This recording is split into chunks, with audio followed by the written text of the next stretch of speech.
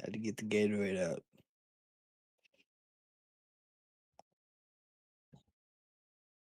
Oh, is that where you were after NXT? Yeah. I was like half awake during NXT.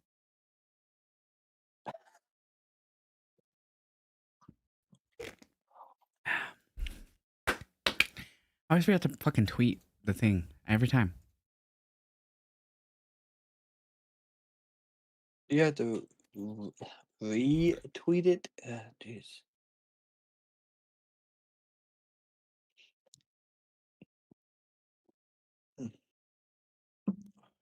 This is...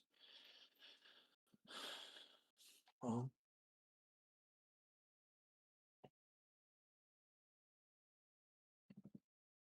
Where's that at? Oh, This is episode 12. probably, and I think I just mislabeled it because I suck at life, you know? I think on the YouTube it says 11, but yeah, I think this is 12.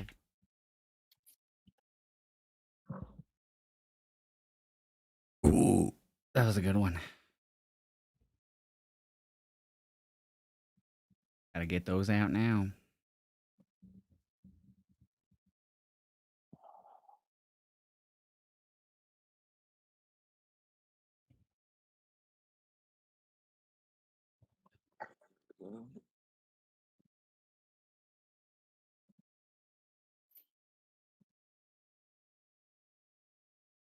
I don't even see that on my side now. Alrighty. Let me check one more thing and make sure all the audio is coming through. My mic's on. Your Discord audio is coming through. I'm not muted. We're good. Thank God. Is that what happened last God, Saturday? yeah. It's like the first 5 minutes.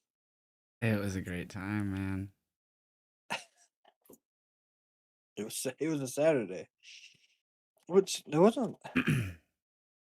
I think it was because we had such a good show Saturday. That's Exactly. why. All right, I'm ready when you are. Let me make sure. Good.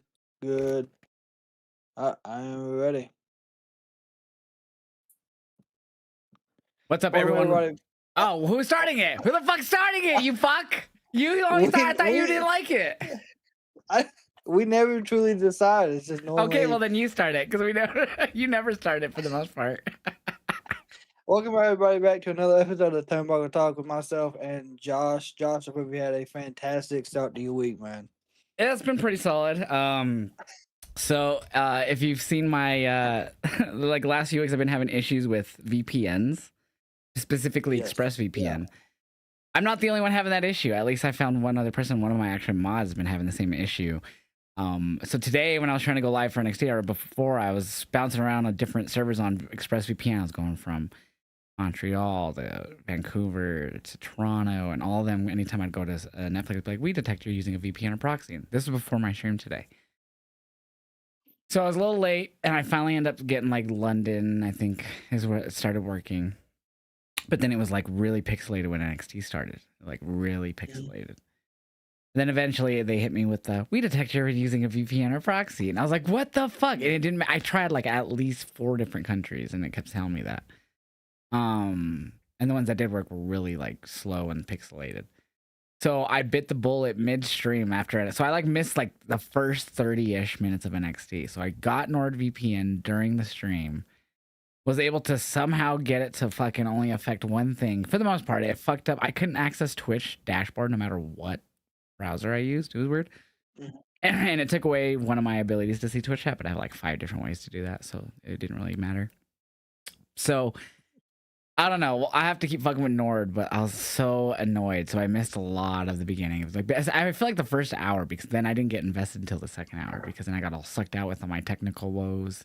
And again, in Colorado, it's not like, oh, just watch on CW. Where I live in Colorado, we don't get the East Coast feed. They give us the West Coast feed, which for us is an hour delay. So we don't get NXT until 7 p.m. my time, which is an hour after it starts for everyone on the East Coast, an hour after I'd be live already. It was fine when it was on USA Network. I didn't have to worry about it because they gave us the West Coast or the East Coast feed. So it had Yeah. no issue because they actually gave us the option to watch it on the USA site. Now that it's on CW, they don't have that option for me, and it's so frustrating. I hate fucking CW because of that. Like, sure, they're a great network. I mean, WWE's been on there in the past for when it was UPN and shit, but Yep. it's just so frustrating. Like for someone that doesn't live on the East Coast to try to watch NXT live. Yeah, and I think that's what I like. A lot of people in my chat, my community, they're from the West Coast, so they can't watch it till it's like 10 o'clock here on the East Coast, Yeah, that's and ridiculous. they hate it. And so I was like, the only way I know to fix that, if you want to watch it, is a VPN. And the fact that Like, Express, like I've been using it for a while, even like before, like I'd say the move to Netflix, I had been using Netflix in the past for like AEW pay-per-views, and I've had great success. And that was obviously when before Triller really like decided to figure out fees to add on top. Even that now is not really that viable. Like you have to buy a VPN if you want a discount for AEW pay-per-views, right? So $20 usually is what it is. But most of the time now they bundle it with their AEW Plus, which has now shot up to like 9 something American, which used to be like $5.99. So now you're paying $30 plus your VPN. You know what I'm saying? So you're already paying like 40. You're really needing to use that anymore? Like at that point, $10. I mean, it's $10. I get it, but like, fuck. oh yeah, they're gonna find a way to get. I feel like they're eventually gonna find a way to crack down on a lot of the VPN usage. Which is funny since They're we've gonna. talked about this when Stephanie herself literally advertised Surfshark right at like what was the ESPN debut back in It September. was, Yeah. So and then they took, and I don't know if they just Peacock for Saturday night's main event, but like wasn't it internationally? It wasn't on Netflix this time. It was on YouTube. so no, none of the Saturday Night main events have never been on Netflix. So they've always been Okay. on YouTube, even from when that started last year at the end Okay. of 2024. So that was an NBC deal. So Saturday Night's main event has always been on NBC, like when it was Saturday Night's main event, because they made that little show Main Event based off of it. But Saturday Night's main event back in the 80s was on NBC, and then they brought it back in the 2000s, mid 2000s, and then eventually kind of like that only lasted like 2 years. And so it's kind of followed the trend of like they bring it back and then it kind of just trails off. So this is the third like iteration of the NBC, but now it's just on Peacock, which is great because fuck the commercials. Like we talked about on Saturday, that was so much more enjoyable without the Yeah, matches being cut for commercials. absolutely was. Yeah, I enjoyed it. But yeah, so if they do start cracking down on VPNs, bro, that's some bullshit because the only thing that makes it is that I'd have to decide, do I even want to go through the trouble? Because then when I even do watch on a third-party website, an illegal website to stream NXT, for some reason, it starts doing the audio crackling. And what makes this more difficult is I'm a content creator. I've been doing reactions since 2020. And I'm not going to lie, I do feel like I need to expand more, which is why we've been doing the podcast with you. It's why I hit you up to do podcasts. I'm trying to get more content outside of the reaction game. And I've always thought you'd be great because after meeting you and stuff like that, it would be great to talk wrestling. And we ended up working out really well. Point being, I feel like if they do that, I'm gonna have to make the decision: do I even watch NXT on Tuesdays then? If I can't use a VPN to watch it live, because then I can't react to it on Twitch or anything. I'd have to just post reactions. I'd have to just sit by myself and wait. And, you know what I mean? And that's fine. But like, I don't want to do that. I'd rather enjoy it live. I will say I don't think there's as many people that actually watch NXT because of that issue. I Like think you're right. not just being Well, a if they content do, they creator, just. but, I mean, I feel like there's probably people who don't even realize that it's not live in their area. Unless they're as on Wrestle Talk or some type of IWC, you know, on the internet, then they'll know. Yeah, oh shit, you know, I'm not watching it live with everyone else. They're already talking about it. Yeah. But no, I'm pretty sure there's this large segment of the audience that don't know they're not watching it live because they're not on the internet regularly, you know. But I feel like if you're watching NXT, you are a part of the IWC in some form. Yeah, because you're not gonna watch the smaller show per se, the developmental show, I guess. Oh, 100%. So I'm ready for this bullshit to be all on one platform. We've talked about this, I think, a lot lately. But like that's why I use a VPN, because it's all on one platform for people outside of America. But here in America, it's so spread out, and it's just so frustrating. And it's not even just in the wrestling world. It's happening across all of streaming and television right now with NFL, specifically on YouTube TV with the dispute with Disney. So all the Disney channels are off ESPN, are off YouTube TV right now. So people can even like watch Monday Night Football. Even fucking JJ Watt tweeted about this. It's like, I ain't gonna pay for another fucking streaming service. And he's a multimillionaire, Yeah, retired football player, made like over $100 million in his career. And he's bitching about this. Like, this is ridiculous how spread across everything is. Amazon, fucking Netflix, ABC, NBC, ESPN, and that's just football. And it's the same for WWE here in the States. It's so frustrating. yeah. I mean, it's. I hate to say it, but it's like everyone wants their piece of the money at this point. They can't just find the That's equal what it bearing to is. work together. That's what it It's is. Everyone wants money. everybody's money hungry at the It's money moment. hungry. TKO, and this has been said by so many people in so many different ways, but TKO is obviously money hungry, Oh yeah, and more so than Vince was. And like, it's been talked out again a lot. And one thing that we'll all say about Vince is he priced more towards the family, more towards his demographic, which was the hmm mid income families. Um. So and it's working. Unfortunately, the fact that they're outpricing them and they're still setting records, which is another thing that we've talked about, which I hate that that's like a lot of fans now, because WWE talks about it so much that that's what the WWE fans tend to end up caring about, at least the hardcore fans, the WWE fans. It's like, yeah, that's cool, like happy for them, but rich just get richer, I mean, at the end of the day. And cool that they did that for themselves, but fuck, man, screwing over a lot of people. yeah. I mean, like you still see the families there. You still see the people with their kids, and we see it.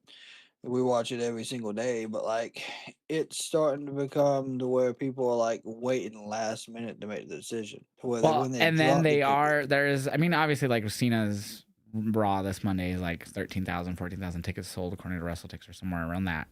But like this previous Raw was in a smaller arena. I feel like they've been going to a bit, and not like super small, but like they're going to medium sized arenas right now. And it's obviously, the holidays, so that's going to play a factor in probably ticket sales and stuff this time of year, I would feel like.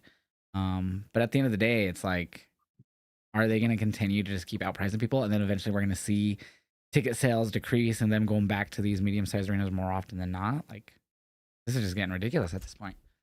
Yeah, and at that point, the people are gonna, and we both see it online. People will dog and talk absolute trash about AEW doing small venues and not having the big numbers and all that. But like, when you can fill out the smaller venues for your main shows, and then have the big ones sell out arenas, it shows.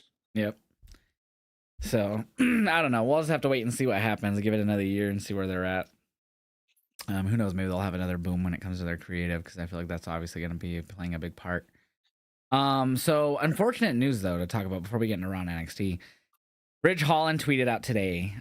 So obviously he got released right after he got injured in the match against Moose in TNA, and he hurt his leg, and so he tweeted out today. Excuse me, one second. He said, "I never thought I'd not be able to pay my mortgage. I feel like I've just been hung out to dry after getting injured, working for another company on behalf of WWE. Add to that my contract not being renewed, knowing that I wouldn't be able to wrestle for 7 months. This is brutal. Yes, they are taking care of my surgery and physical therapy. Let's be honest, that's the bare minimum after what we sacrificed for that company. Plus the possibility of having to get my neck fused too. Talk about getting totally fucked." So that is from the former Ridge Holland. Tweeted that out today. That is insane. So yeah, like that's what sucks about not having a union in pro wrestling, is like when you get released from this company. And what makes this one even worse is it wasn't like a WWE match. He was working in TNA for a full another company in a partnership, which I'm sure he's hmm getting paid for and whatnot. But at the end of the day, that was like, he didn't sign the WWE to work in TNA, at the time he signed with the company, and that's where he got hurt. And he's suffered injuries before, but the fact that that's where he got hurt, and then not too long after he gets told, like, hey, your contract's coming up, we're not renewing it. And so now he can't even work because, A, he can't really probably walk properly at this point. So that's cool that they're covering that, but like, yeah, that's the bare minimum. Like, how can you fuck over someone so bad? Why not keep him, sign a short extension until he's healed, and then be like, you know what, we're just isn't working out. Or at least promise him something. Not now he's gonna probably have to create a GoFundMe, which I'm sure people will help and whatever. But that's ridiculous. It is. It's kind of like what we're seeing them do. It's in a sense like what they did with Andrade. Now they've slapped him with this year probation, basically. Hey, you can't do this, you can't do that, and hey, we know you broke your leg, but we'll help you with surgery Or and help you whatever it with was, pay yeah. for and but not we don't care about the light staying on. That's And of course, insane. now he's having the issue with his neck. So I'm assuming, obviously, that was through the years build up of wrestling. And since he's not under WWE, they're not going to take care of that because he got what he got fully injured for was the leg. So they're not, that neck fusion's all on him now, too. That's crazy. I don't I don't know what's happened with and of course we don't know the side of it, but like the medical side of us helping them when they're under contract, even if you know about it, you should still get the help even afterwards. If they don't, Yeah, I feel like it's oh, probably a legal gray area with getting, not like getting fired, but your contract expiring. So like they fulfilled their side, you fulfilled your side. You know what I mean? So when it came to that part of the injury, whatever was in the clause or their contract for injuries, sure, there's wording in yeah, there for like, hey, getting released or whatever, but they just, it's the bare minimum, like Ridge said. So it's unfortunate. So I don't know, man. Especially with a company that's touting record-breaking numbers right now. You know what I mean? yes, It's so stupid. it's Yeah. it doesn't look good, but well, I mean, we can talk about it all day long. They're the ones that made the decisions, unfortunately. And I even feel like with Backlash, it wouldn't even be enough. Like, I feel like No, TKO Endeavor, they just don't give a fuck. They don't give a I fuck. mean, They're greedier than Vince ever was, which is crazy. you got and then you got someone on the other side of the field that will pay for someone to go to school. It's crazy. Oh, yeah, someone asked in the chat, do we feel that they'll see them selling out for John Cena's final match in December? 100%. That's a guarantee.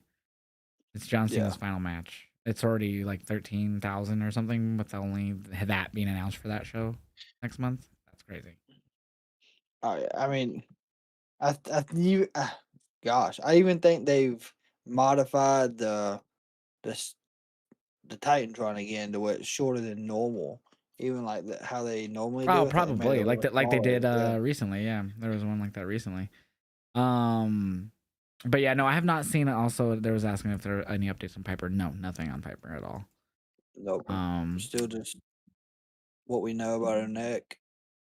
So I say we jump into NXT first since that was tonight. So again, I did have issues. So I did miss the full 6-woman tag match. I did see the Laying Lee thing, but I didn't really focus because I was still trying to make sure everything was working. Hmm. Yeah. So we'll just go through it and I'll just give my thoughts on everything I did see. Okay, All that right. works. All right. So again, like I did say, we started with the 6-woman tag match. I'll kind of let you just go ahead and take the reins on that because I missed the whole thing. So in the 6-woman tag, for this was another great match for Izzy and Tatum.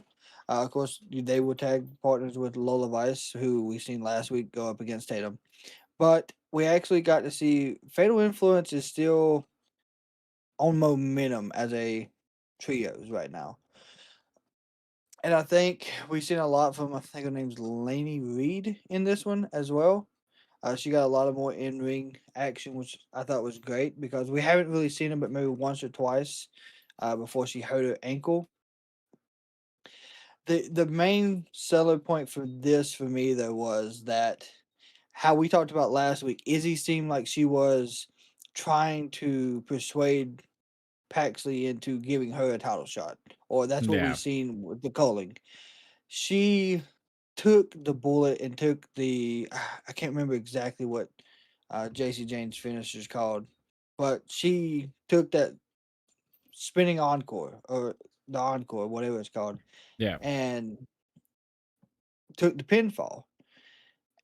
So I'm still kind of now. I'm like, are they not wanting to go in that direction because she saved Tatum from getting hit I'm with sure the they encore? are. I feel like it'll lead to it. This is this classic slow build. I mean, yeah, more than likely, but it was interesting because set up perfectly, and she just throws her out of the way, and then takes the pin. Well, I did see later on that there was like a backstage segment, and like Tatum was like, "It's all my fault. We lost that 6-woman tag," and yeah, yeah, yeah. And they were like, "No, calm down. We got to keep this title in the culling for a long time," or something like that, as he said.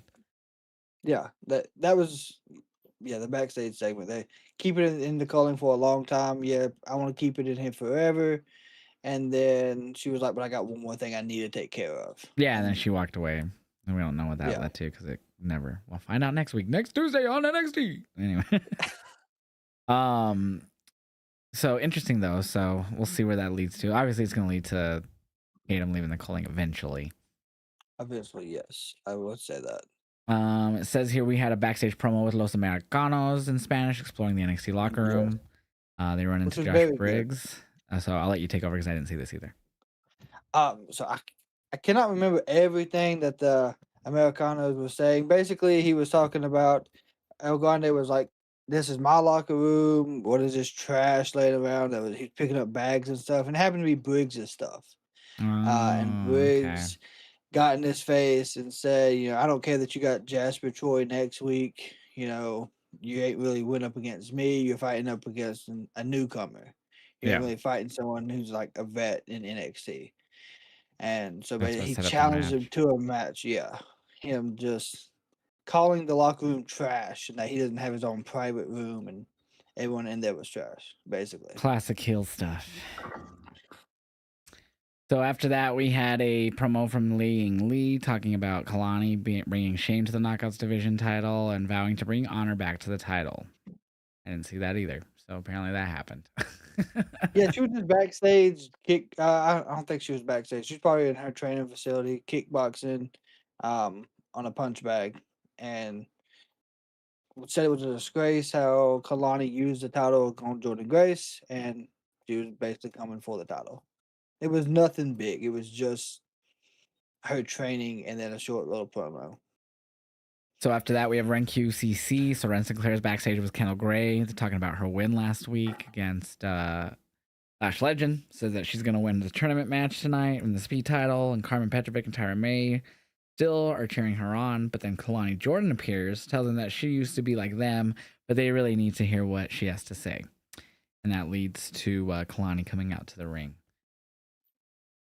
She says that she did she says last week she did everything she could to keep the Knockouts title by any means necessary. You could say it was a bit out of character for a champ, but as the crowd boos her, she asks why the crowd cheers Dominic for cheating and they still cheer for Cody Rhodes after he uses his belt against Drew, but everyone has a problem with her. Not wrong. I have brought this up though in general. So I think I don't know if I brought this up on Saturday, but I was getting a lot of comments. I think it was probably Sunday. I noticed these a lot of comments on Facebook on the Cody, well, I guess I have everywhere and Drew match, and people saying it doesn't matter that Cody used the belt because Drew brought it in. That's not how cheating works. That's So not how yes, cheating Drew works. tried to cheat. Yes, we all saw that. He did not successfully cheat though. He tried. He missed, never connected with the belt, but he tried. He attempted to, like leaving the belt in the ring, and he tried again when Cody ended up DDTing on him, on the belt. And again, there is an argument there if Cody knew the belt was there or not. There is one there. There's an argument there for that if he saw it or not. I believe he did. I believe he knew it was there when he saw Drew getting it when he went to go grab him for the DDT. Yada yada yada. So what cheating is using a weapon, knowingly using a weapon successfully to help you win a match in a match that doesn't allow you to use weapons. Cody did that. And I 100%. believe he knowingly used it. Mm-hmm. Did he didn't pick it up and hit him with it? No. But point being, I get what Kalani's saying here. I feel like she probably got more flack than any of the three matches that she brought up. The Dom, and everyone cheers Dom, everyone cheers Cody. There was some boos. I brought it up Saturday. But yeah, she's got a good point here. So at the end of the day, she cheated. It doesn't matter. It doesn't matter if people have a problem with it or not. You cheated. um, she ends up talking about she complains that Lola Vice going to AAA gets her nothing but love, but she goes to TNA and she gets hated on. It's because so my thing is I think it's because she was the team captain for TNA when Trick, who was a TNA champion, decided to still stay on Team NXT. Yes. I mean that. I think that, but I also get where Kalani's coming from. Why she chose that. She felt like she was a TNA Knockout champion. She had to represent that for TNA. I get it. Yes.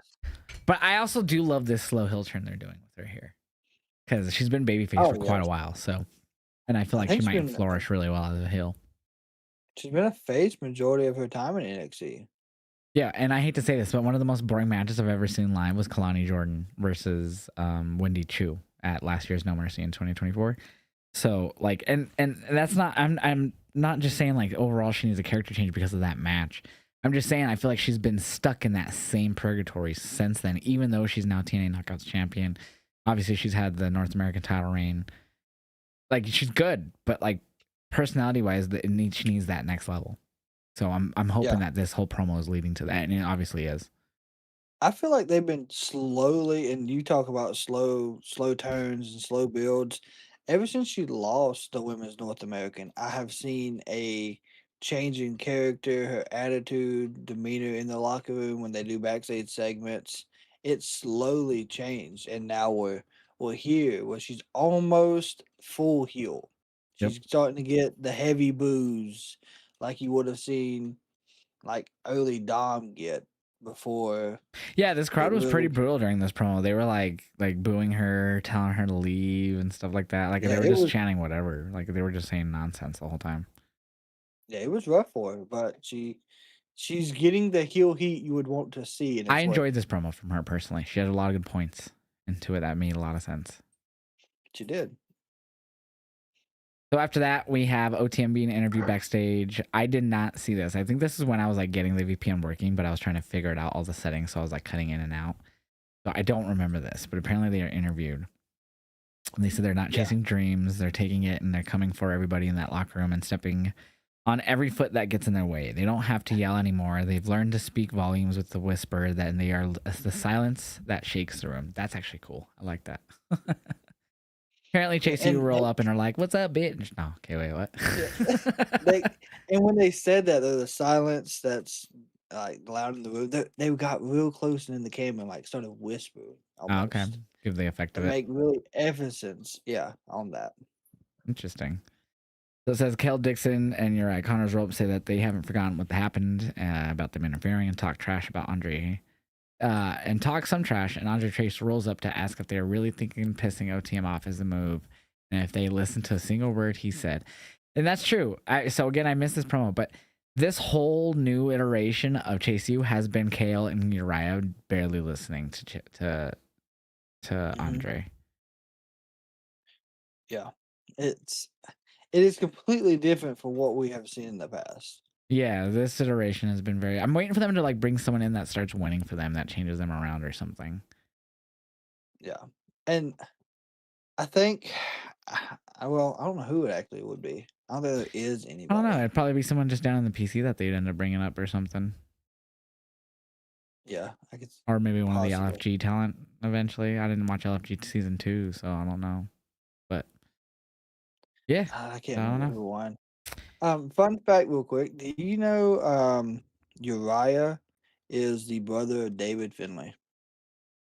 I did. Yeah, I always forget about that, but I did know that. Yeah. Yeah, I figured that out like tonight actually.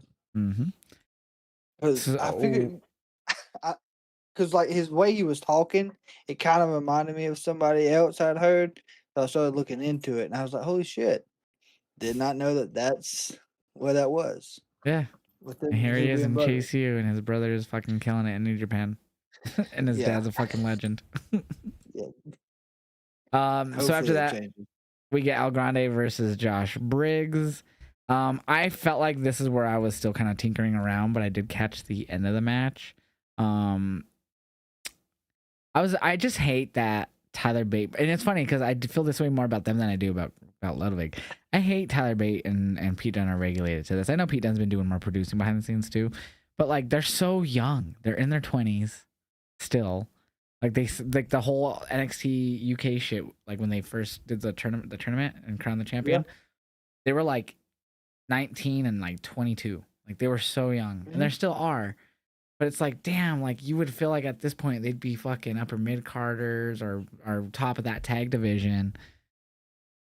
And nope, they're doing this El Grande Americano shtick, which is funny at moments. I will admit I enjoy it. But like, fuck, man. Like if this is the way to get them on TV, then sure. But do we really have to go to this level? Well, I think the reason we got Pete Dunne and Tyler Bates in this is because when Chad got hurt, I think it was gonna be the American Creed made, brothers, yeah. Yeah, the Creed brothers were supposed to step in and be Bravo and Rio, but you know now they're disappeared, Yeah, and I don't know yeah, they're where the hell gone. they did. They're gone.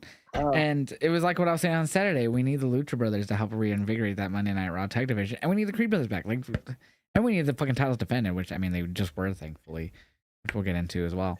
But fuck, man, like, like I'm hoping at some point they get they get demasked at some point, and they can start doing singles action again. I But don't know. This to me, unfortunately, could be the death knell for their two careers because of how long they've been in the company. And if it doesn't pan out, you know what I mean? Maybe not. I hope I'm over exaggerating, but like, or I hope I'm overreacting. But like, I hate this.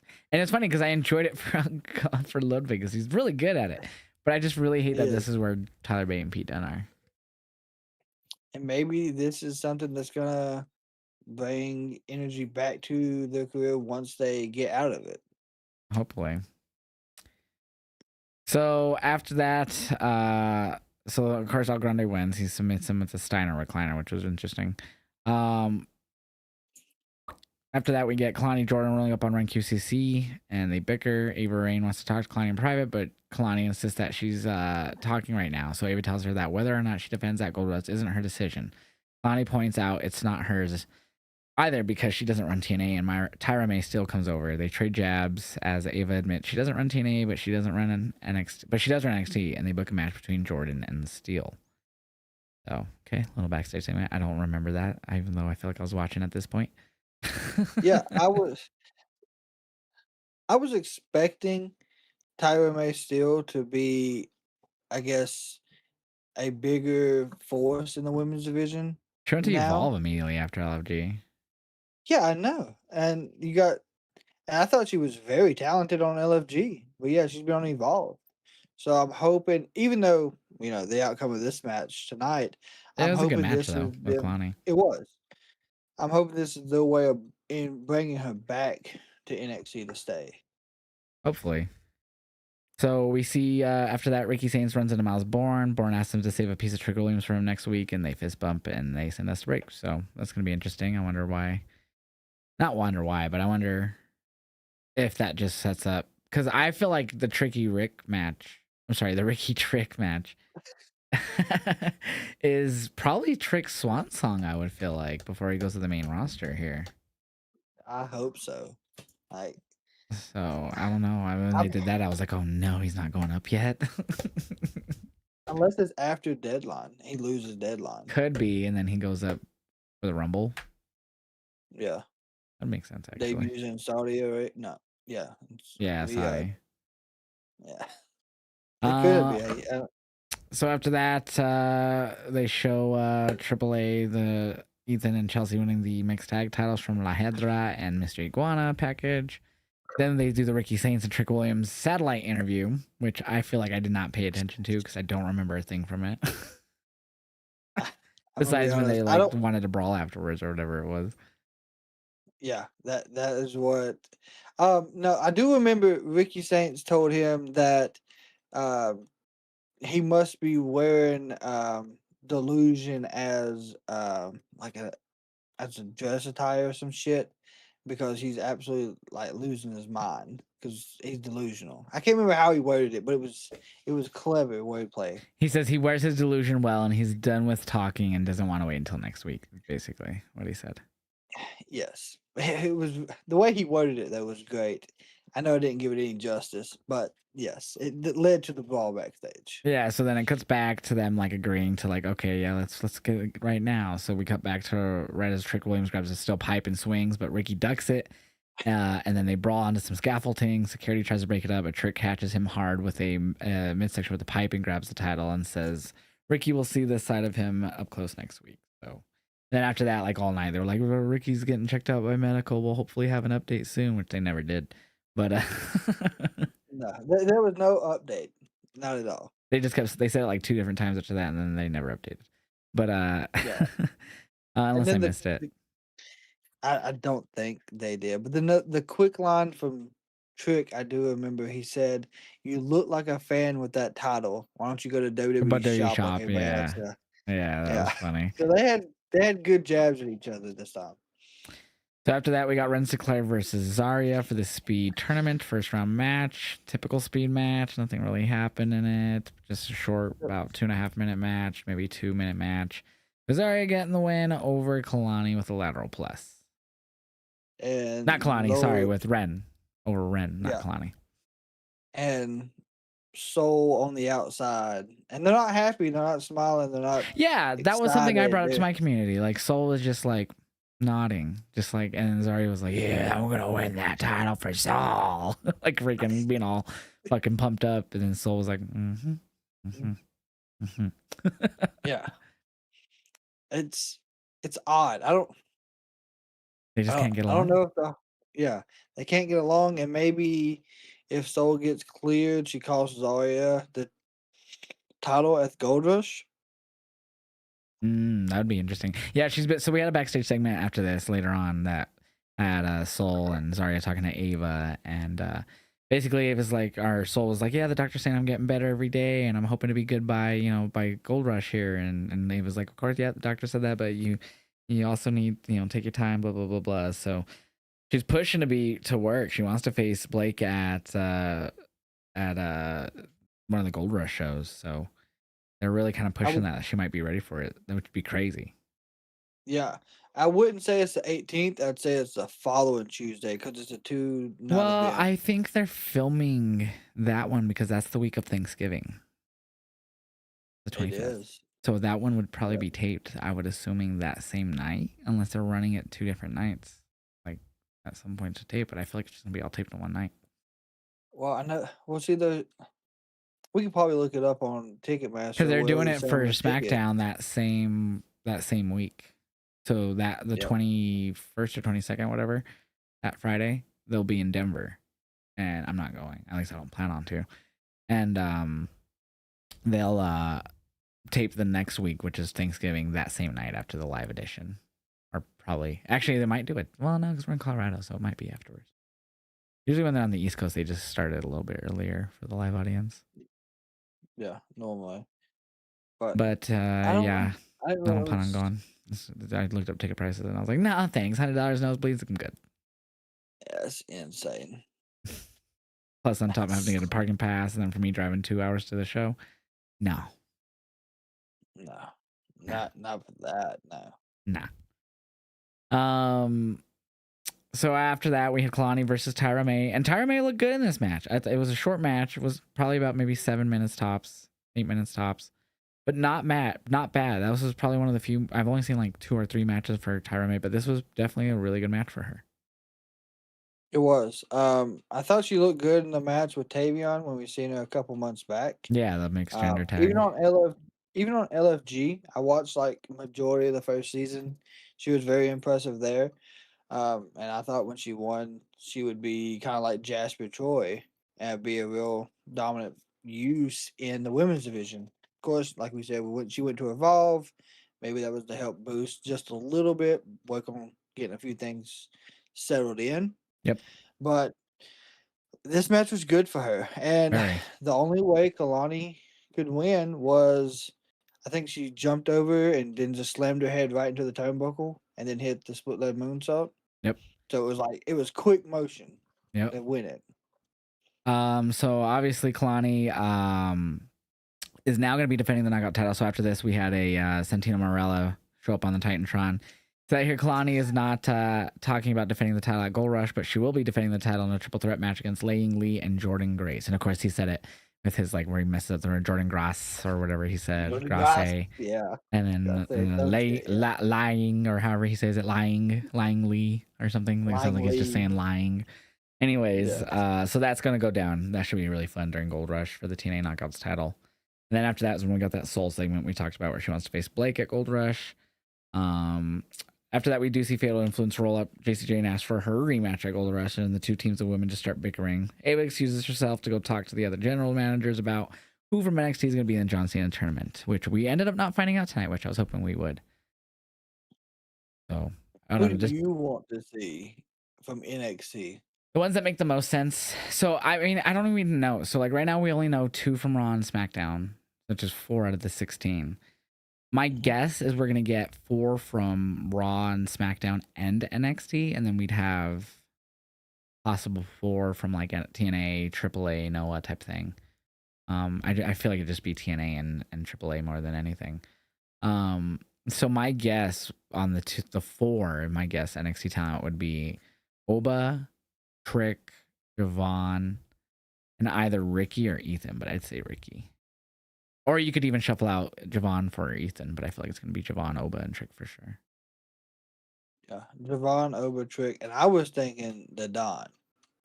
Tony D. Tony D. I keep forgetting about Tony D. I would be fine with Tony D in that, honestly. Because, Tony D kind of had his farewell match when him, Stax, and Crucifino broke up the family. And then we seen him eating at the restaurant, and the shadow disappear.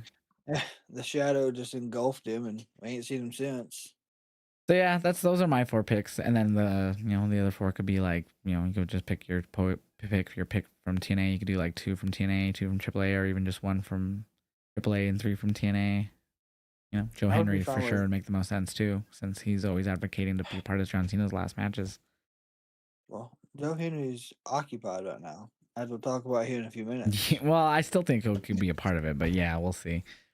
So then we go to our last match of the night, but that's not our last bit of the show, which is Javon Evans and Saquon Sugars. I think I just held this match up to a higher standard after their DPW match, but this one did not connect with me. So I did not see the DPW match. Oh, dude, that's what got them signed by the Fed. Okay. I didn't even know they had a match. They got signed like not long after that match. Both of them. They signed. They talked about it on commentary during the match. They signed on the same day to the company.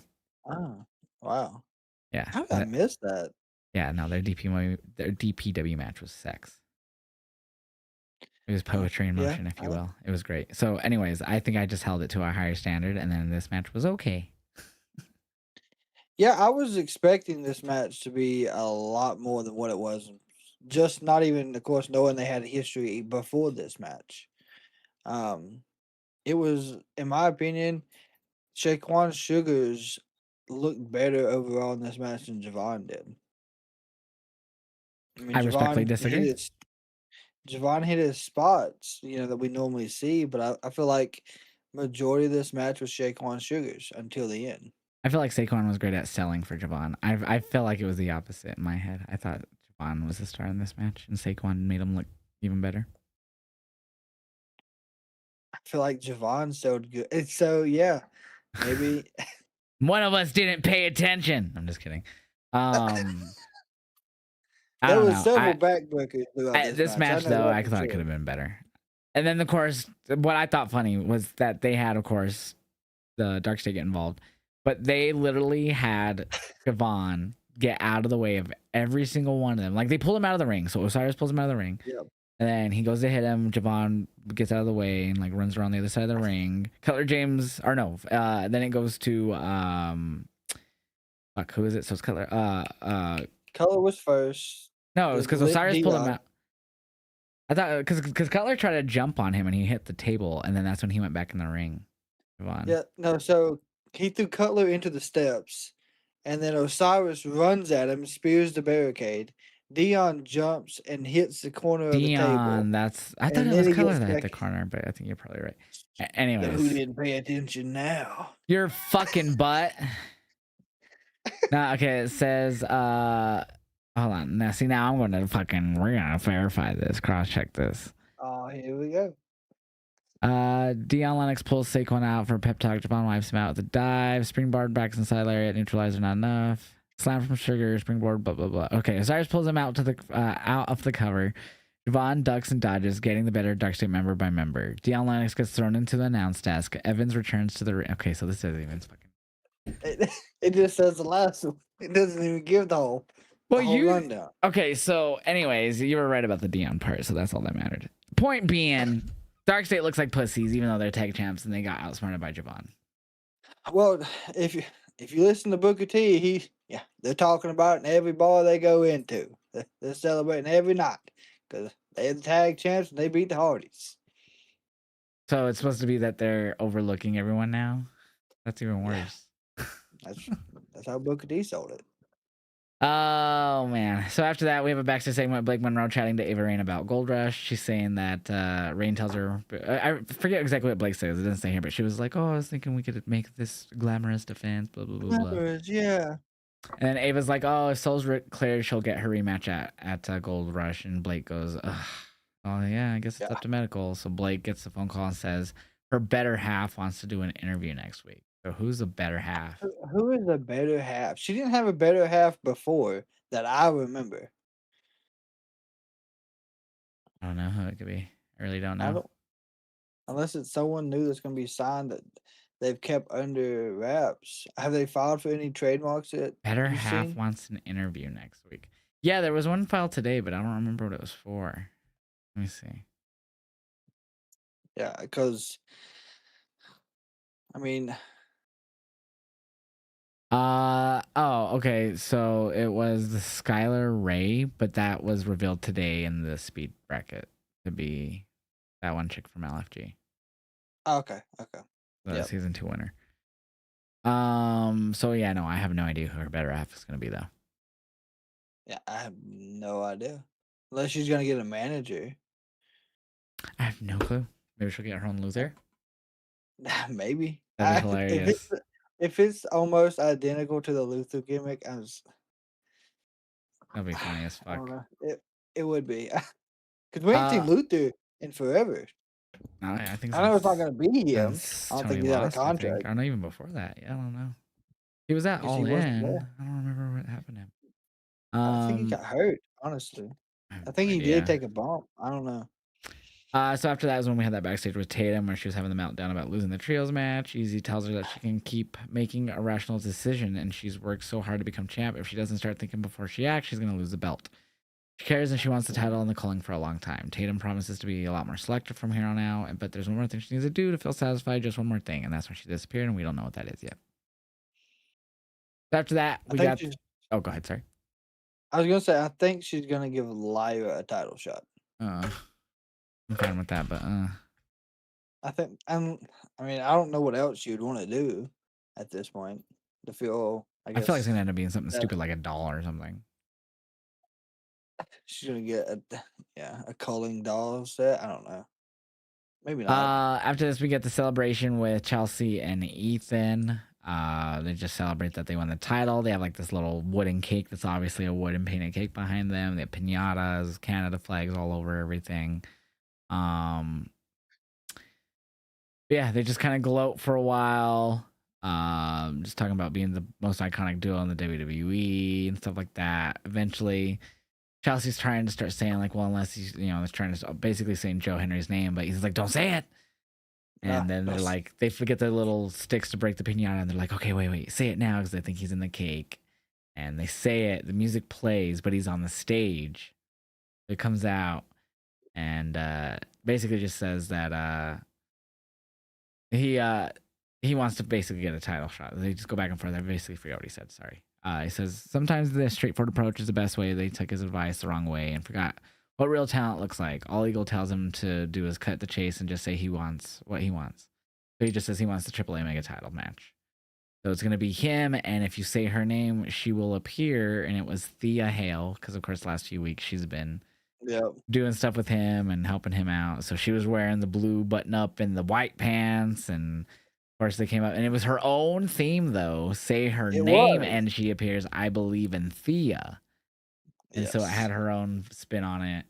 And she came out of the cake, and of course, it led to like pie. She had 2 pies, so she pied both Chelsea and Ethan. And eventually, Joe gets in the ring, and they have another pie, and they pie Ethan again. And yeah, so that's setting up for Gold Rush, the Triple A mixed gender tag title match. Thea and Joe versus uh fucking Chelsea and Ethan. Forgot their names. I'm okay with it. I'm just glad they got something for Thea right now. Yeah, she I hasn't been feel like doing every shit. And I was worried because, like, did Riley Osborne get released? I don't even remember. I think he did. Riley got Riley, really Duke, and all of them. yeah, except for Thea and Andre. And then Ridge, of course. He was part of it for a short Yeah, period. I don't I don't understand. Like Thea, I thought had great potential outside of Chase U, and then Well, we're hopefully gonna see it now. yeah, I'm hoping so. So pretty solid NXT, but I'd give it a 3 out of 5. Nothing like bad. Yeah, I agree. I think, yeah, I mean, the only thing I think they could have added was more, I guess, for the North American title, but I guess we'll figure that out. It gives suspicion of what she could be Yeah, doing. they give us the cliffhanger of her better half interview next week, and obviously that's still another week before even Gold Rush begins. So they'll build into it. Um, yeah, so solid NXT, nothing too crazy. I thought. Monday Night Raw last night, very good show, very good show. And we start All the off. surprises. Yeah, there was a lot that happened last night overall. Obviously coming off Saturday night's main event, you have the new world champion and CM Punk. So Mhm. that immediately is what we started off with CM Punk came out. He gets on the mic, he's got the "You Deserve It" chance, but he tells them that I'm gonna give you guys the difference between earned and deserved, which he never even got into. But he's basically saying he earned it, not deserved it. Thanks, of course, Yeah. people. He starts thanking AJ Lee. Thanks the fans. And then he also wanted to thank main event Jey Uso for the tough match, saying that I hope that we can still be friends going forward, but if not, he won't cry about it because he's here to make money, not friends, and to win championships. Um, but he just says also he's happy that Seth wasn't there to ruin the moment. He was obviously out injured. But yeah, so eventually this leads to him just basically saying, and then he also does mock Seth. I forgot he did the windmill with the belt and Yeah. mocking Seth's He title celebration. he mocked him there, and then he said if he ever got back in his way, he'd put him back on the shelf. Yeah. That was another way, in my opinion. He mocked him. He goes on to saying that for 2 years, he was a king without a crown, and this is validation. And the crown is going to put a target on him front and back. And every Monday, if he doesn't get his boots on as tight as he can, um, and says and if he's not who he says he is on any given day, then he could lose the title. He brings up Braun Breaker, Bronson Reed, how they're in the wings wanting a title shot. He even says if people like AJ Styles want a match, he says even if he's guys like Finn Balor, he even goes with guys like JD McDonough on their best day and I'm on my worst day. JD McDonough could take the title off of me. Sheamus, if you want to have a banger, I'm your Huckleberry. He even says John Cena, I know you don't have much time left, but if you want to try to become a number 18 world heavyweight champion, I'm right here waiting for you. So he wants to be a defending champion, which is great because we love to see it. And then enter the first person who wants a shot. Everyone's favorite YouTuber, Logan Paul. Massive boos in New Mexico to Logan on this. Yeah. I was the last person I even thought would come out was him. He came out and he just was like, oh, I've had matches with Roman and Cody and blah blah blah. If anyone deserves a shot, it's me. I really Yeah. liked how Punk, as Logan's coming to the Oh ring, was yeah. no, no, stop, no, I didn't mean you. No, I take it back. Like he was even like you could see the regret Yep. in saying, if anyone wants some, come get some," because he did the whole John Cena thing as well. He said the champ That's is right. here. And Yeah. yeah, so it's But yeah, just so Logan wanted a title shot, but eventually it leads to Paul Heyman and the Bronze coming out. Paul, of course, gets on the mic, and he rips into Logan to start too. Um, he says, he does the introductory shtick and stuff. But he says he sees a bitch without an owner, and that's for Mr. YouTube, front of the line, Paul's ass. That belongs to the man that pinned Roman Reigns, the tribal thief, Bronson Reed. I fucking loved that when he said that. I popped so hard when he's calling out Logan during this. Yeah, because Logan hasn't really had to go up against. He's went up against people in the ring, but on the mic, I feel like in every match he's been kind of carried mic style. So this time he was by himself, and Paul Heyman did not hold back. Yeah, there was a point too where after all this, like he talked about Punk's 400-day, or he's 432 days short of his title reign with Paul Heyman in his corner. There was like after Paul stopped talking, like there's like a dead silence, and Paul said "your move" or something like that. Seemed like someone forgot something or where they were in their promo.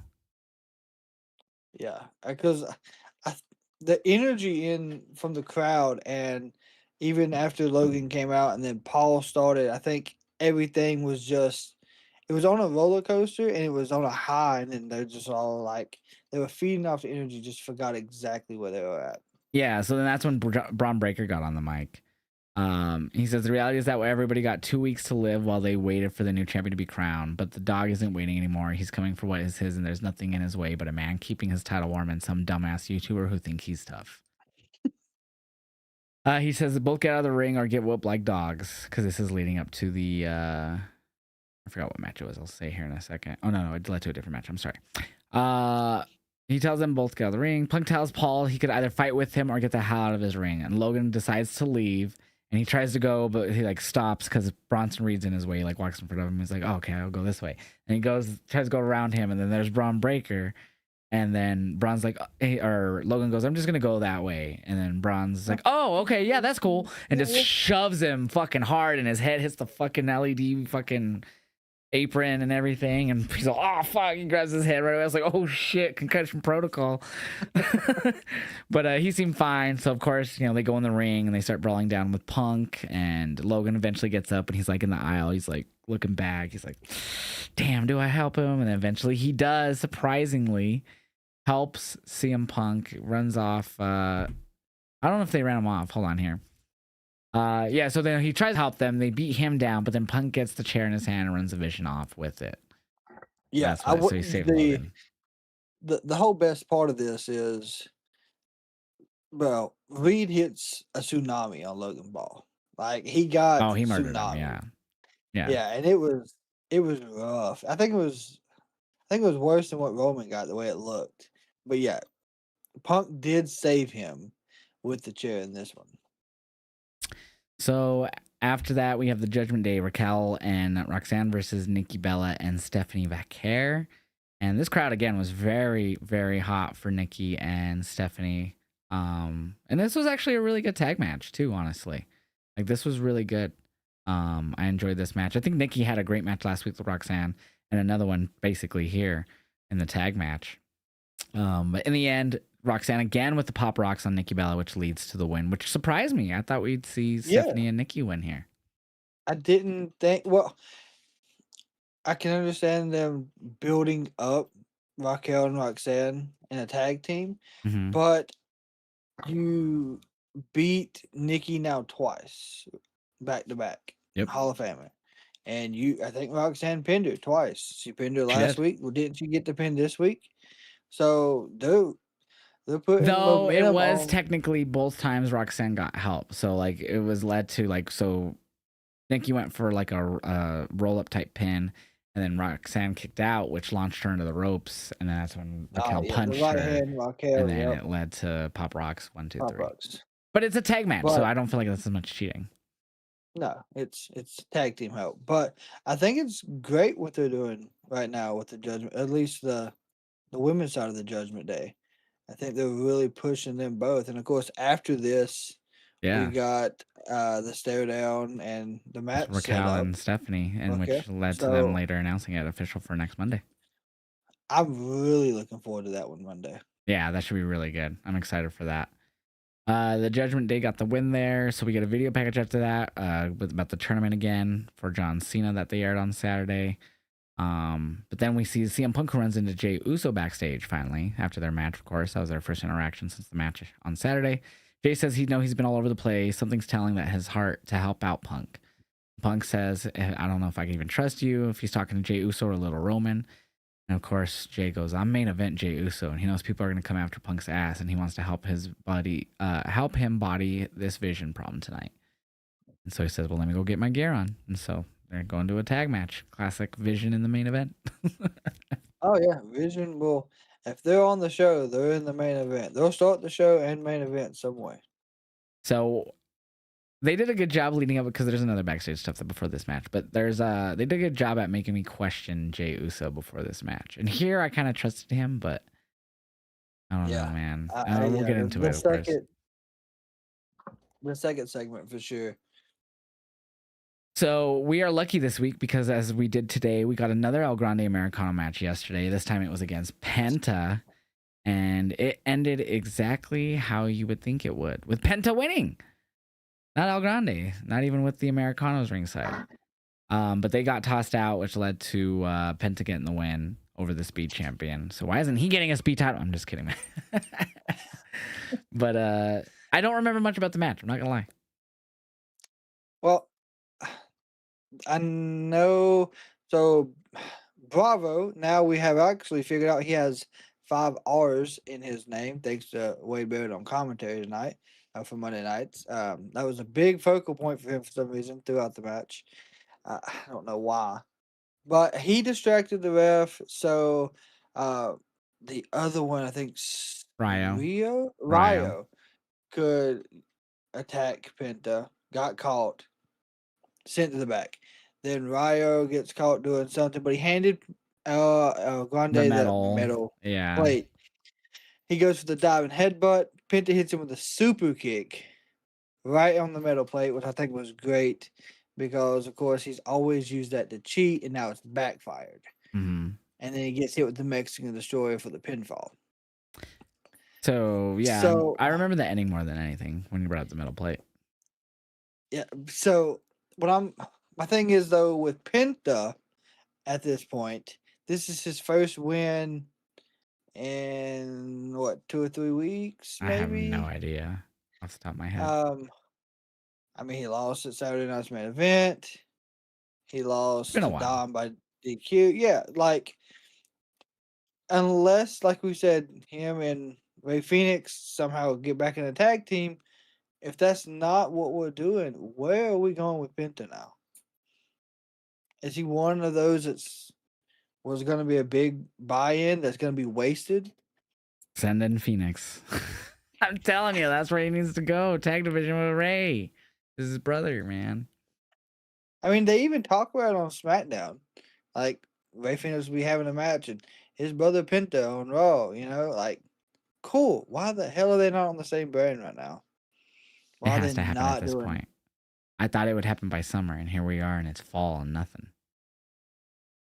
Yeah, I don't know. Maybe WrestleMania, they will see them in a ladder match against somebody. That'll be what starts. I don't know. After the match, Los Americanos try to attack Penta, but he's able to duck and dodge and dive and weave and scooch away for free. So he got out of there. And then we get a Kabuki Warriors promo about how last week was just a small fraction of their power and that Asuka is the true legend of the division. And they'll keep tearing the division apart until they get their tag title match. And further, Asuka hasn't forgotten about Bayley. And she should be glad that they let her walk away last week. But the kindness of the Empress will not last forever. That's rude. Because Bayley's nice. Yeah, it depends on which Bayley we're talking about. Yeah, she was a little odd yesterday too, so. She was a little off. I don't know if we're seeing more damage control Bayley or Ding Dong Bayley. I don't. So after that, we come back from commercial break. Dominic Mysterio, the Intercontinental Champion, comes out. Crowd starts cheering him. They're doing the Dirty Dom chants. He says Saturday proved that he's without the doubt the greatest WWE Men's Intercontinental Champion, the greatest Mega Champion, and the greatest luchador of all time, and there's no man on the planet that can stop him. Enter the return of his father, Rey Mysterio. Great pop in New Mexico. Again, this crowd was hot all fucking night. All night. Ray says Dominic wasn't expecting him, and every time that he says that he's the greatest luchador, he's disrespecting his family and his blood. He says, "What about Al Santo, Blue Demon, and Eddie Guerrero?" Which the whole crowd popped huge for, of course. Oh my Big God, Eddie yes. chants. Ray asks Dom if he thinks he's better than him, and this is the line of the night where Dom says, "Keep my father's name out of your mouth." It was great. Oh, but he goes, "Yes, I am better than all of them." So, so Ray eventually goes, "Yeah, you're not, whatever. You think you're better than all of them, whatever." He goes, "But I know there's one that you're not better than." And he says, "And that's Rey Mysterio. He's not gonna let you stand here and disrespect Lucha Libre." And Dominic asks, "Or what?" And he says he's already jealous that he stole his mustache because Ray grew his mustache back instead of having just the beard. The crowd then went chanting, "Whoop his ass." Dom says Ray's just here to cash in because he made the Mysterio name relevant. And then Ray flashed his fucking Hall of Fame ring right as he said that, which was great. And then Dom goes on to say, not only that, but he's already surpassed everything he's already done in every way, shape, and form. What does he have to do? Kick his ass again? Better listen to the king and get out of his ring. Ray thinks about it for a second, and he said he's going to leave, but before he does, Dom needs to understand 3 things. As long as he's around, he'll never be the king of the luchadors, and as long as he's around, this will never be his ring. And as long as he's around, he'll never be the greatest Mysterio. Dom throws a punch at him, leads to Ray eventually getting him set up for the 619, connects with the 619, goes up for a splash, but Dom rolls out of the ring. So this whole segment was great. So happy to see Ray back, first and foremost. Yeah, I know he'd been injured since WrestleMania, so of course glad to see him back. I know he'd been doing a lot in AAA for a while. My only thing here with this segment was fucking fantastic. Like you said, the crowd was there for the whole show. This was probably one of the bigger pops of the night, I would say. Oh, This hell whole yeah. segment.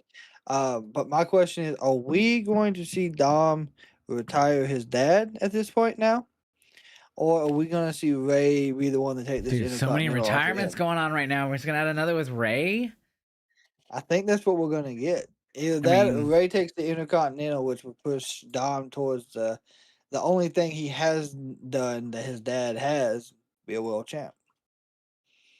I think it could lead to a mask versus hair match. Mask versus mustache and hair match. I mean, just hair. You could just say hair and shave it all. But, yeah, I definitely think we're getting mask versus hair, and it could happen at Mania. Or even maybe Rumble. Who knows? But You can't demask Ray again. I don't think he loses. That's what I think. I think it's going to be Dom that loses. Oh my God. We'll get it I can shaved. see that. We'll get Kurt angled. Could you imagine Liv joins Ray because Dom's been That'd forgot be about it cool. with Helps Raquel helps him beat Ray again on her return. That'd be wicked. because he's been with Raquel and Roxanne, or with Roxanne basically, and forgot about her. Kind of, He really kind didn't of though. bridge, Like even kind of like last bridge night when off there was a segment we'll talk about soon, but the Judgment Day Treehouse or whatever you want to call it, backstage, whatever. They had the lifts, all the lift stuff set up. I mean, yeah, but like he don't talk. Remember because when she first got injured, for a little while he would still talk Yeah, about. but I don't think that means he forgot her. I don't know. I still feel like they're gonna try to pull that whole thing like they did with We'll talk Rhea. about that more here in a moment because they do kind of do stuff with that. So after that, we have Lyra and Bailey backstage. Bailey says, well, Lyra walks up on her and she's like, "Are you good? Like, what's going on?" Because like Bailey's kind of like pacing. And she says, "It's not about losing. It's about what happened after the Kabuki Warriors." Lyra asks if it's the mind games, but Bailey wants to focus on the match. Lyra says, "Okay, as long as you can count on her." But Bailey says she can, and they're good. They do a fancy handshake. But Bailey didn't seem good backstage there. He didn't seem good there, and then of course, like we talked about a little bit in the match too, we noticed it. Yeah.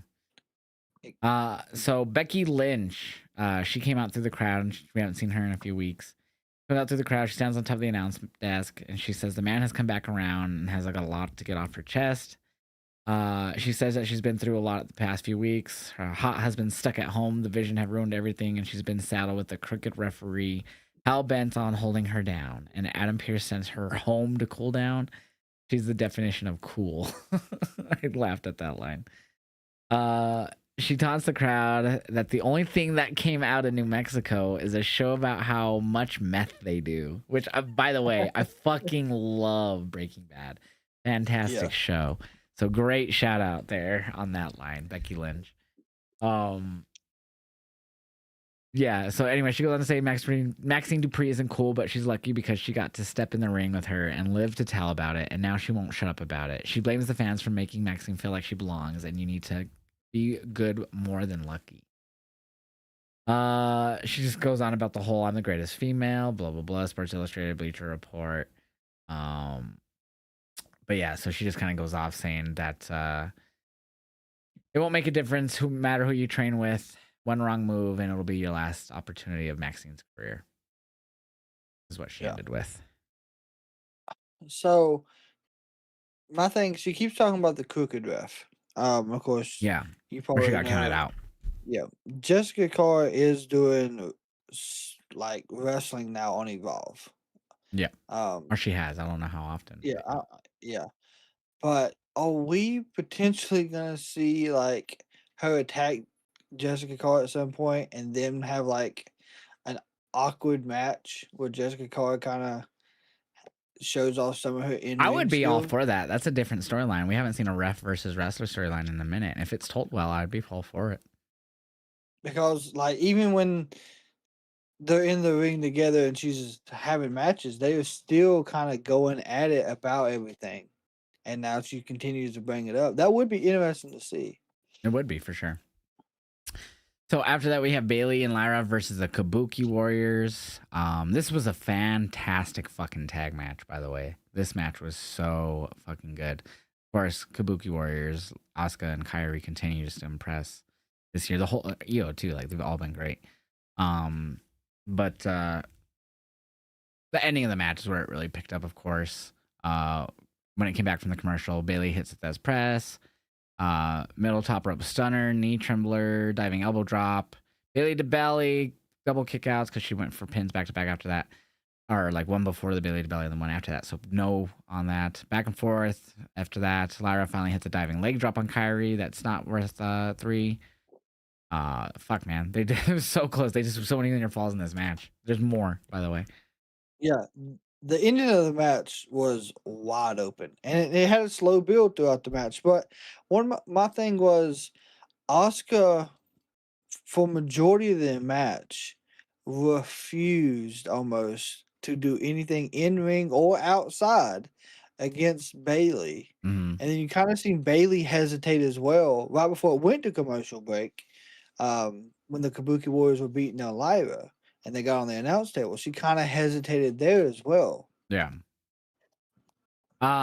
So eventually, of course, we saw the Kabuki Warriors get the win. It was a crazy ending. So there was a backbreaker elbow combination from Bailey and Lyra, but Asuka saved it, broke up the pin. Lyra gets her with a wrecking ball drop kick. Kairi Sane rolled up Bailey for a 2. Asuka then with the schoolboy for 2. Lyra hits the springboard and gets caught though in the Asuka lock, which was really cool. And she ends up tapping. Bailey wasn't able to get in to save her. Afterwards, of course, they continue to try to beat down Bailey and Lyra, but the tag champs, the Bliss and Charlotte, come out and make the save. Yeah. I obviously they're gonna do the tag team title match, I guess Monday, next Monday. But yeah, this was a great match between these four. Very good match.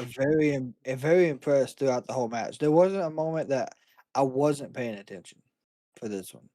Oh yeah, for sure. And it did lead to them announcing the tag titles on the line next Monday between Kabuki Warriors and Charlotte and Alexa. So that should be really good. It will be. I don't think they will drop the tag titles to them, but I think this is the one that sets the record for the most defenses. I think it was either this one or maybe the next one. I think Charlotte it's coming up. mentioned it a couple weeks Yeah, back. it's coming up. Yeah. But they were right there at it. So that's another great thing for them. After that, we get a recap of Sheamus losing to JD McDonough, and then it cuts to Raquel and Roxanne celebrating in the Judgment Day's clubhouse.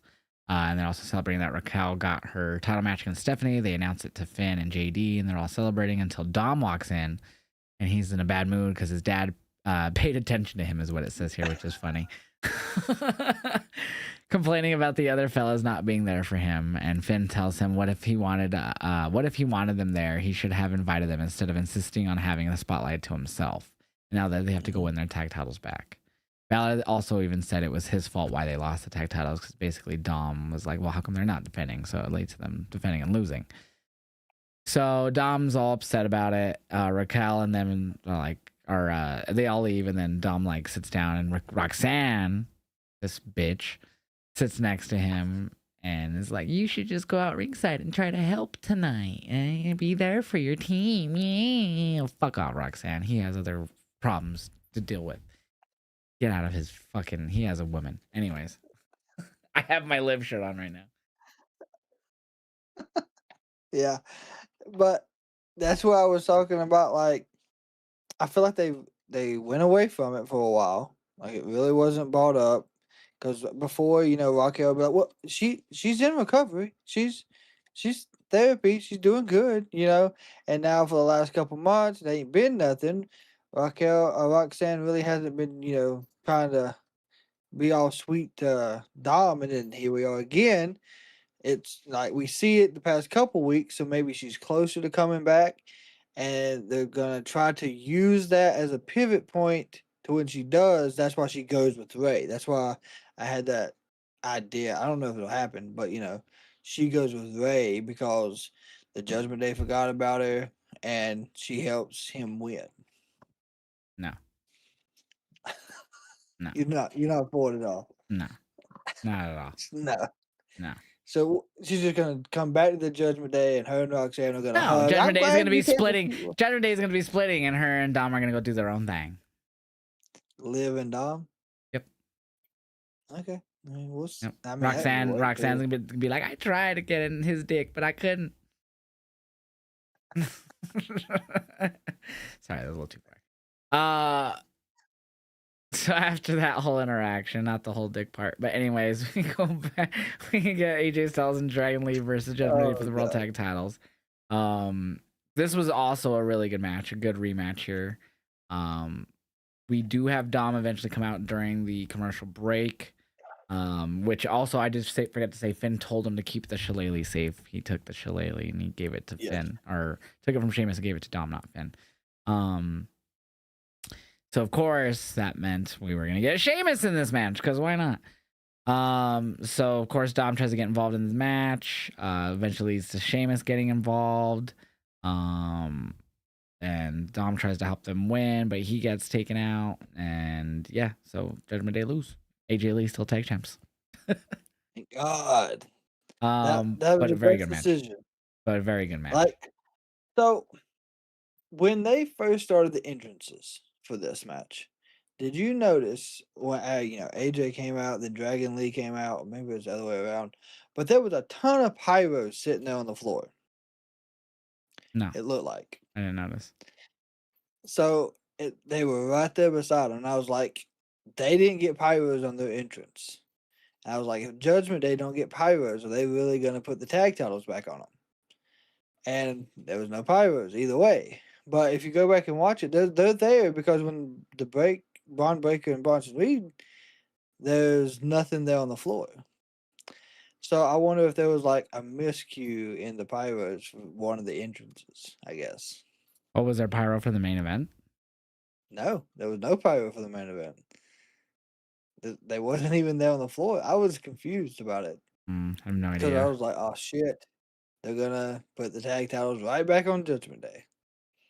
So after that match, we do see Nikki Bella and Stephanie Vaquer backstage. Vaquer tells Nikki that Raquel Rodriguez doesn't know what's coming, and it's fine about the match, because she's, Nikki was apologizing for the loss. Nikki says she came back and thought she could hang, but she's so rusty and making mistakes and doesn't know why she's here. Stephanie reminds her that she's Nikki and she helped build the women's division, and Nikki's like, thank you, I needed to hear that. She'll help her. She'll cheer her on next week against Roxanne or Raquel, so she'll obviously be there to help even the odds. Yeah, because of course I feel like Roxanne will find a way to try to help Raquel win the title, and that's when Nikki will get inserted. After that, we had Paul Heyman goes up to Jey Uso, who's working out, getting ready for the tag match coming up, Heyman said he's confused why that he'd team with the man he lost the belt to, and Uso says Punk faced him man to man, fair and square. Paul says that not what Roman Reigns would, and Jay cuts him off immediately. Says he doesn't care about what anything but what Jay would do. And Heyman says that he asked the Brawns to wait, but now the leashes are off, and that someone doesn't conform to the vision, they get smacked at the door. So, he also goes and say it's not like the old days with the chance after chance. Now they get their asses handed to them at the door, and he likes that. And he just wished him good luck in the tag match. And Jay obviously just sat there and like looked confused. Stood there. Like he nodded and gave that that look like, damn, maybe I should just conform and join. And So could we trust Jay? I really think Jay's on the fence still. He definitely is. We saw after the match because we'll get into that. So after that, we came back from commercial. They go over the John Cena thing again, and then we finally get revealed that it's Damian Priest versus Rusev and Sheamus versus Shinsuke Nakamura for the first 2 matches, and that's next Monday. And this Friday, we'll find out 4 more participants and 2 more matches on the SmackDown side. Well, it's a mixture of SmackDown and Raw talent, but yeah, that's how they're announcing them. I'm really excited for these first matches. Yeah, Rusev and Damian, I'm really excited for. Shinsuke and Sheamus, I think should be okay. I don't know. I'm not really too hyped as much as I am for Rusev and Damian. My only thing, I know there are feuds going on outside of this tournament. These matches have to end clean. You can't have 100%. Alistair and Selena Vega coming in and They will attacking They will. Priest. I know, but like that's going to I'm gonna say fuck it up. You could even have the Judgment Day get involved in the Sheamus Shinsuke match too. Yeah, and then he got involved in their match. And then so that's gonna have Rusev and Shinsuke on that first side of the. So I don't know. I feel like they should just all feuds are like just held for these matches, and afterwards we'll just continue where we was at. But like, I feel like they need to be fair matches all the way through. I agree, but I don't think that's what happens, unfortunately. Unfortunately, we know how it works, but that's how it should go.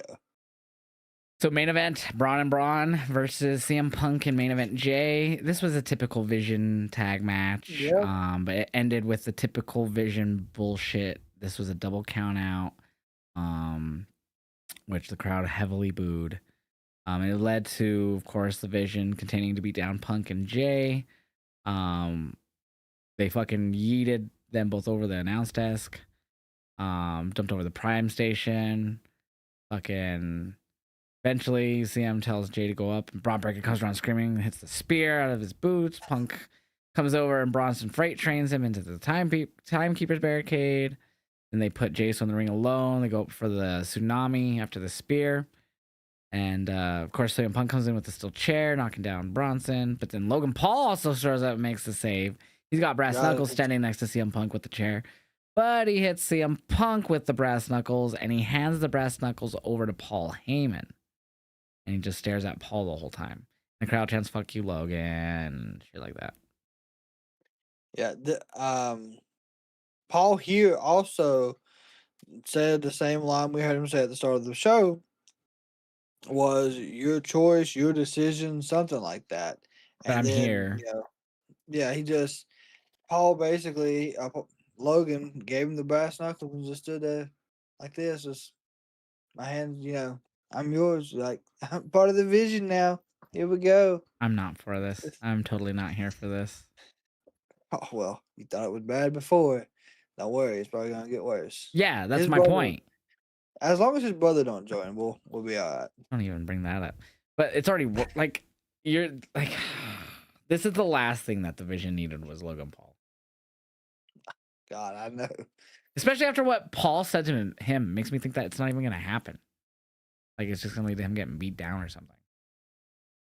Well, I mean, like he told Jay, either you're with us at the door or it's over from there. Like, so at some point they talked backstage and they made the decision, like. Oh, shit. But now you got to think, because I thought the original plan was going to be Bronson, Bronson, Breaker, and Theory. So now you're gonna put Bronson, Breaker, Theory, and Logan in the group. I hope not. But I mean, they're probably just doing this to build a war games. And Logan's a hill. He'll get heat. Well, of course the mini poster came out yesterday. It had Reed, Breaker, and Paul on the front of it for War Games, so that's already two. So that makes sense. Yeah. So it's obviously that's what it's building. That's in 3.5 weeks or something. So That's ninth. No, it's not 29th. yeah. So we still have quite a bit. But yeah, that's definitely what it's leading to. Overall, I get it. I just don't. I don't know. Again, I said last on Saturday, just give us. Don't need war games every year. You could do this as like an elimination just to change it up a bit. It's a very serious top match. Oh yeah, but they won't go away from it. But maybe eventually we'll get the traditional back. I feel like they like the gimmick of the two cages and the Oh, I mean, yeah, the I get it. I just, meh. like it was a special thing, I guess, when it originally started. And then NXT brought it back, and then it just got bigger on NXT, and now then of course it transitioned over. So overall, it was a solid Raw. In ring, great wrestling. I thought they did a good job building, especially getting the heat on the Vision and Logan Paul, of course. Oh, absolutely. Yeah, I'm curious where they're gonna go for the team of Punk and Jay in more games. Like I feel like Roman's gonna be one of them since Jay is obviously there. So will this be a 4v4? Will this be a 5v5? What do you think? I'm gonna say it's gonna be probably a 5v5. So Logan, Braun, Theory, and who? But Ugh. Talk listen, about an listen. unlikable team. I mean, I like Breaker and Bronson, but my gosh. Well, here's my thing. Brock's in the WrestleMania video package, so you have to reintroduce him somewhere. You Rumble. can't just have him. God, he's not gonna win it. Have him get You eliminated by cannot, Gunther. and just have him and Gunther in a singles match. Or have them eliminate each other. Some. I mean, that would work, but Like I Gunther feel like eliminates him, Braun comes back in, throws him out, pissed off. yeah. But I mean, we've already had Paul introduce Brock again that Saturday Night Main Event against No, I know. I Cena. just don't want him in the match. Oh yeah, trust me, I understand. But I feel like it's gonna be Punk, Roman, Jay, LA Knight, and somebody else. I just don't know the other one. I have zero interest in that. The women, I I'm sure the guarantee it. match will turn out fine. I'm sure the match will The be women's fine. match will be great. I'm more I hyped for guarantee Blood it. and Guts. Oh my So god! hyped for that next or in 2 weeks. The card for tomorrow. I don't know if you've looked at any of it, but it's great. I don't remember it, but I'm sure if I pull it up here, I'll have an idea. So tomorrow we are getting Hangman, Hook, and Kingston versus the Ops non-title. Rina Minata versus Megan Bain in a Blood and Guts advantage match. We are also getting the team of Mercedes and Athena taking on Willow and Harley in the tag title quarterfinal. Advantage match, Darby Allin and Daniel Garcia. Oh, there's multiple advantage matches. So Orange Cassidy and Claudio as well. And that's all I see. That's pretty good. So they're doing three. Well, so it's best of three for the advantage matches. So we'll get two for the men's on Dynamite, and three would be on Collision if needed. That's how it's worded. And then we get I actually one plan for on the watching women's Collision on this Saturday too, Dynamite. because there's no. I mean, there's UFC, but it's a card I don't care about. But yeah, so I'll actually be watching Collision for once. At one, and I'm going to an indie show. So I'm going to one next weekend up in Colorado Springs. Okay. Yeah. So I will not be watching Collision this time. Hell yeah. But yeah, so far a good start to the week of wrestling from WWE. So we got AEW tomorrow. Those matches should be really good. I don't know if TNA. I think TNA is finally coming back next Thursday. They've been like doing like recap-ish type shows since for a while. They haven't had like normal shows. But yeah, and then Thursday I have the Broncos versus Raiders anyways. So I'll be Oh, y'all watching got that a game. Thursday night game. Yeah, versus the Raiders, AFC West battle. So that should be really good. Hopefully we beat their ass. I hate one random thing about Broncos. So obviously we're 7-2. We're like second or third in the AFC right now. Mhm. We had that big win over Dallas last week, and then or like a week and 2 weeks ago. Then we had the win over Houston, but it was like a Yes. close game, another last minute field goal. I hate that we could like destroy a team, not even destroy, but like have such a good game against like Dallas like that, where we like bring in our secondary and all that, our second teamers, and then the next week we go up against Houston, who has kind of a similar record, and we fucking struggle. I mean, obviously injuries happen, but fuck, man, I'm so annoyed by it. Yeah. I think it was last week, this past Sunday too, that y'all had a rough game on offense. The defense Yeah, kind of against held it Houston. together. Yeah, against Houston. That's kind Was of that been our Yeah, MO. yeah. I forgot that was against Houston. Yeah, but Bo Nix, like he didn't. I think he threw for like 160 yards. I don't even remember. Maybe. We ended up getting the win at the end, which is what matters. But fuck, man, if Yeah, like we continue to play like this and into the playoffs, because right now we're on, we're set to be in the playoffs at this rate. We're halfway in the season, but yeah, dude, we're not gonna last if we play like this in the playoffs. it. So I was pulling it up. The AFC, right, for y'all's conference. It's the oddest it's been in a while. It's Colts, Patriots, Broncos. And then Steelers, so we're back in 2015. Yeah, that's great. And then, well, everyone loves this. The Chiefs are below the Jaguars. Yeah, right now the Chiefs are in the hunt in the playoff picture. They're in eighth, which is great. Yeah, they're in the And hunt. then with Seahawks, well, we won on Monday, it put us in third place, which is great. We're right behind the Bucks. Even though like so Seattle used to be in the AFC West years and years ago, like forever ago. And obviously it was before I was even a big fan. But like, of course, you guys beat us at Super Bowl 47 years ago. Yeah. I'm so glad to see you guys doing bad right now, just because how bad you guys beat us in that Super Bowl. Well, I was honestly like, this year I thought was going to be our worst year we've had in a while. Yeah, It without Pete just Carroll and the new everything. head coach just got rid of DK, Tyler Lockett. Um, and of course we got Sam Darnold, but Yeah, he's looking good. Darnold, he's been doing great. Jackson Smith and Jigba's showing out. Yeah, he's looking great too. And Charbonnet and Walker kind of finally figured out the run game. And then Lawrence has been a huge help on the defensive front. So I don't know how far we'll get, but I will be surprised if we get to the divisional round this year. I'll be surprised if you guys make the playoffs. I mean, we're 6-2 right now. So For now.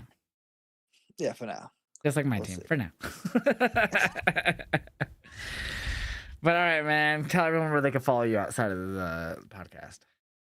On Facebook, Instagram, TikTok, Twitch, Kick, Twitter, it's all the Kraken Wrestling. And you can follow me on all the same platforms: Twitch, Kick, YouTube, TikTok, Instagram, Facebook, Twitter, all of them. I probably mentioned one twice, but Josh Vibes Up's everywhere. Thank you guys so much for listening. Hour and a half, we killed it. I will see you guys. We'll see you guys Friday. We'll be doing another one after SmackDown. So see you guys then. Bye. Yeah.